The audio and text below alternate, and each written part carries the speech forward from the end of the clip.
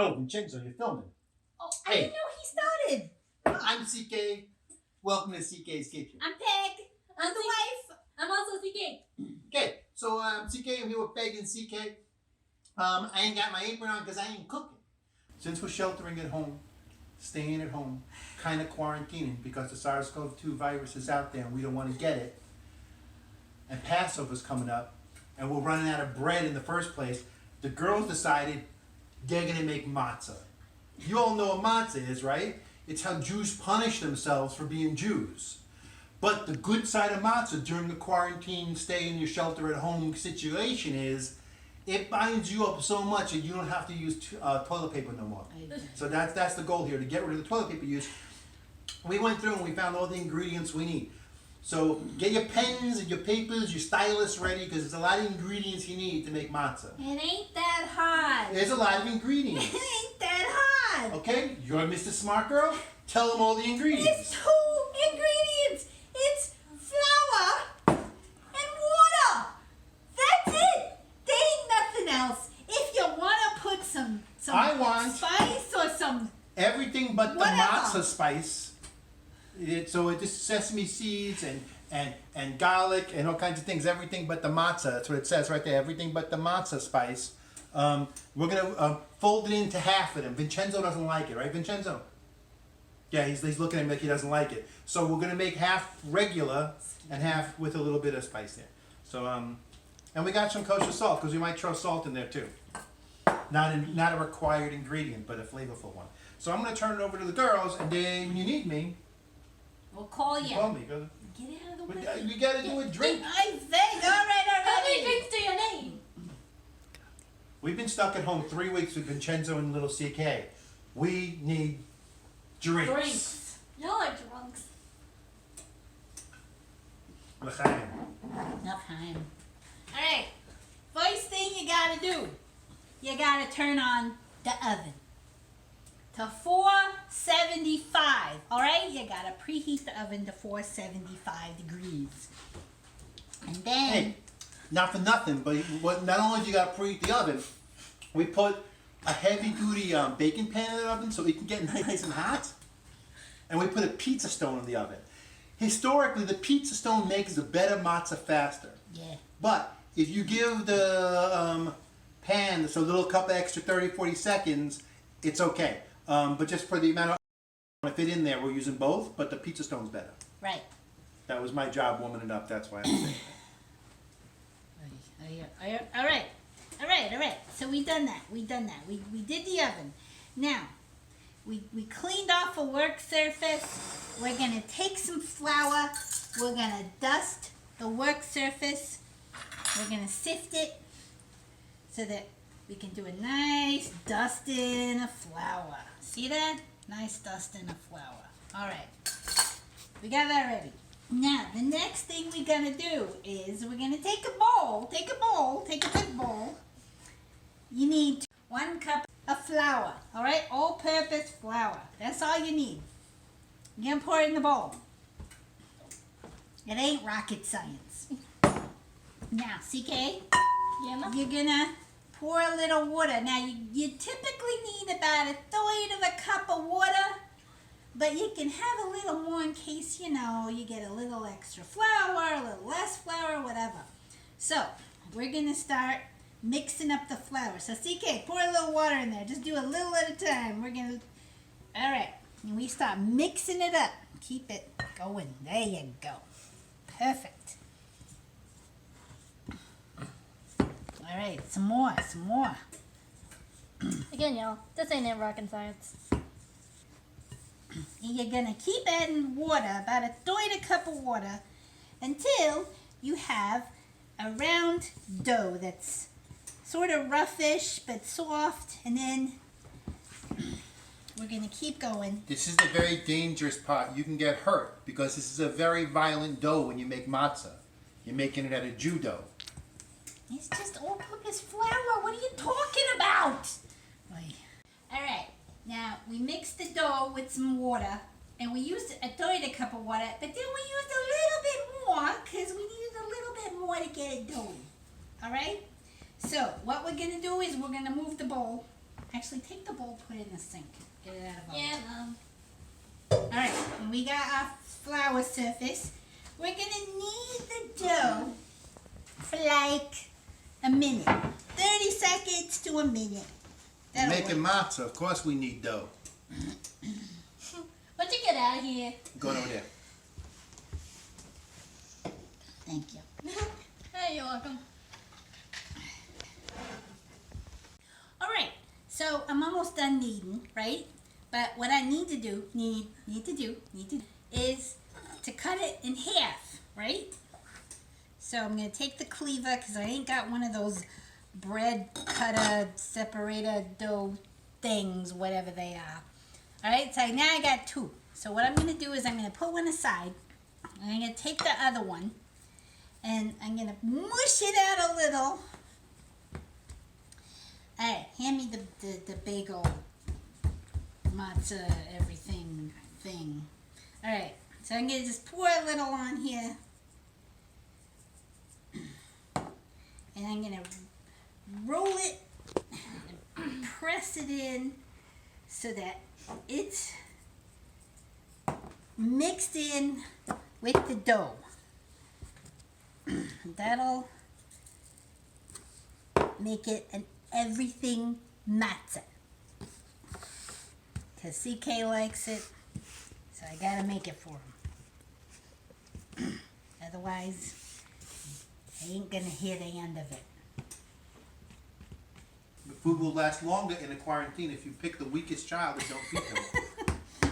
Don't make me smack that. I'm not afraid That's to. CDC advice right there. Alright, Hey, Peggy, why don't you make a salt one with the other half? Because Vincenzo likes it a little salty. This way it's not so bland. I mean, you can make it bland. You can make regular bland one. You can put egg in it. You can put get dried onions, reconstitute it, let it dry a little bit so it's not wet. Put onions in it. You could, anything that you think would taste good in it. You could do a little olive oil and rosemary, okay. maybe even a little Parmesan cheese if you wanted to in that. So you can make it however you want. We're going, semi-traditional. A little salt in one because salt is good, and a little everything bagel mix because why not? alright, so we got two different doughs. We got one with some a little kosher salt on it, and then we got the everything for that guy. So, we're gonna smooth out the dough now, and we're gonna make it into a ball so that it's nice and smooth and we'll be able to roll it out. So we got two doughs, right? We're gonna take one and we're gonna cut it in half. This is also a very dangerous stage because you got two dough. I don't know why he keeps coming over here. What's the matter with you? And then we're gonna cut it in half again. So we got four pieces of that dough, and then we're gonna get 4 pieces of this one. I'm gonna test your math skills. How many is that? 8. Alright, good. I'm not that bad, She man. has not forgotten anything, even though there's no school. Actually, there is school. There's online school. Shut up. Alright. So, Pay attention to me. what we're going to do is, we're going to take one of them, we're going to roll it a little and put some flour on it into a ball. Again, I'm going to take a roller, and let me tell you, this roller is from India. And those Indians, they know all about the round doughs. They know about the rotis and the naans and all of that good stuff. They roll better, much better than this giant thing that doesn't do any good. Hey, I got an idea, Peggy. I got an idea. What? Why don't you What? give that useless giant thing to our useless thing, and let her work with that while you work with this to get twice as much done. That's all I'm Alright, saying. you take the salt one. Now I'm going to move my phone because it's getting noisy. Alright, so we roll it. We start rolling it into as much of a circle as you possibly can get. Now I ain't perfect. I ain't good at doing the circles, but I will try. And it's got to be about 5 inches in diameter. So we're just gonna roll until we get to about 5 inches in diameter. But we ain't gonna stop there because we want to get 8 inches in diameter or close enough.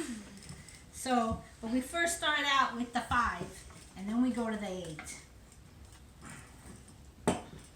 Hey, at this point, I think it's worth pointing out that if this was Passover, and if we was observing Jews in Passover, 2 things would be different. 1, I wouldn't be drinking a beer. You wouldn't be allowed to have beer during Passover. 2, we would, if we was observant, which we ain't, you'd have to have a timer set that it takes less than what, 15 minutes, 18 minutes? What was the minutes? I think 18. 18 minutes. You have to do it. Once water hits the flour, you only get 18 minutes to get it in the oven because they don't want the flour and water to rise because, ooh, magic. You can't have the bread rise. Ooh, magic. So we would have a timer set because what the ancient Hebrews did was they told their echoes to time it when they were doing it leaving from Pharaoh, apparently. That's what I read. So anyway. All right. So we got it about 5. Like I said, it ain't perfect. It's not a circle. It's close. Anyway, so we're gonna do a second rolling, and we traded pins over here because she can't use this one, to make it almost twice as big. So that's what we're gonna do. So we're gonna start doing that now, because we let them rest. They're all resting over here. And now we're just going to make them bigger, a little at a time. So do a little rolling, wait a few seconds, do a little more rolling, wait a few seconds until you got it as thin as you can get it. And my grandmother used to say that when you're making matzah, you should be able to almost see through the dough. That's how thin it should be, like paper thin, like less than paper thin, like newspaper thin. Yeah, what he said. Okay, I ain't gonna lie to you. The lady's been working for a while. This took some work to get a little elbow grease. See, it's done. I'm very impressed. They worked really hard to get these as flat and see-through as they could. Meanwhile, I did the heavy work. I turned on the oven, warmed it up. All right, so they're as flat as we can get them. What we need to do is take a fork and just poke holes in it. If any of you seen a matzah, you know there's a lot of holes in it. So we're just going to take it and we're going to poke holes just up and down. So the reason she's forking the matzah for the holes is, you know, for Passover, you don't want them to any steam inside the dough to puff it up. You want it as flat as you can have it. So the holes will let any steam out. So there's no yeast in it. There's no baking soda. There's no rising ingredients, and also, you know, there's no way for the steam to get stuck. So you got to fork it really good if you're gonna have, you know, you need fork and dough. That's what I'm saying. You got to do it on both sides. So I did on one side. Now I'm doing it on the other.